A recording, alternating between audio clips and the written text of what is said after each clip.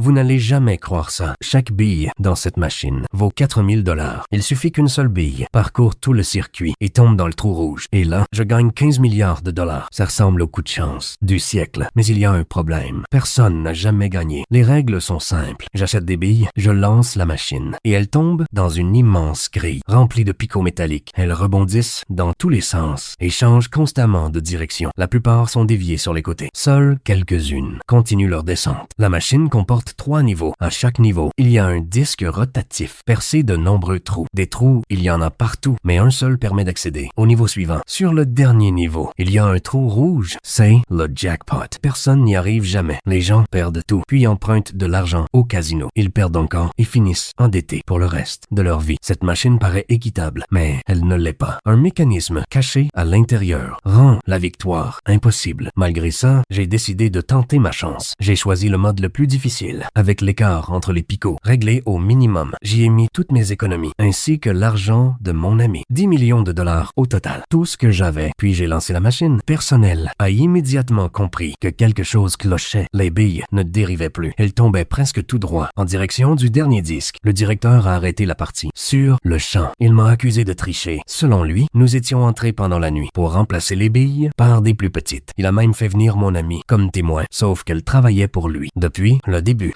elle portait un micro caché et enregistrait toutes nos conversations. Puis il m'a demandé de prouver mon innocence. Il a placé les billes sur une plaque de test avec des ouvertures aux dimensions officielles. Si les billes avaient été plus petites, elles seraient passées au travers. Mais aucune n'est tombée. Taille standard. Tout le monde était stupéfait. C'était exactement ce que je voulais. Nous avions volontairement fait circuler cette fausse information. Nous n'avons jamais changé les billes. Ce que nous avons modifié, c'est le calibrage de la machine. Il existe un outil permettant d'ajuster l'écart entre les picots. Nous l'avons légèrement augmenté. Pour faciliter le passage des billes, les probabilités étaient meilleures. Mais le directeur ne s'inquiétait pas, car toute la machine était inclinée vers l'avant. Elle seule, cette inclinaison empêchait les billes d'atteindre le trou rouge. Pour le dissimuler, ils avaient incliné à la fois la machine et le sol. Mais ils m'ont sous-estimé. Les billes continuaient d'avancer, comme si la gravité n'avait plus aucun effet. Et voici pourquoi nous avons profité d'une période de travaux pour installer un immense réservoir d'eau au dernier étage. 20 tonnes d'eau. Ce poids a compensé l'inclinaison et remis tout le système à niveau. C'est là que le directeur a paniqué. Il a saisi sa télécommande et a inversé l'inclinaison, modifiant ainsi les probabilités du 3e niveau, mais cela a rendu les 2 premiers niveaux encore plus difficiles. En un instant, la majorité des billes ont été éliminées. J'ai commencé à m'inquiéter. Pourtant, une bille a réussi à atteindre le 3e niveau et au final, j'ai tout perdu, jusqu'au dernier dollar. Mais c'est alors que j'ai remarqué quelque chose, une autre faille. Alors, je suis retourné au casino. J'ai emprunté encore plus d'argent et j'ai tenté ma chance une dernière fois. Mon ami m'a donné tout ce qui lui restait. Cette fois, j'ai mis absolument tout.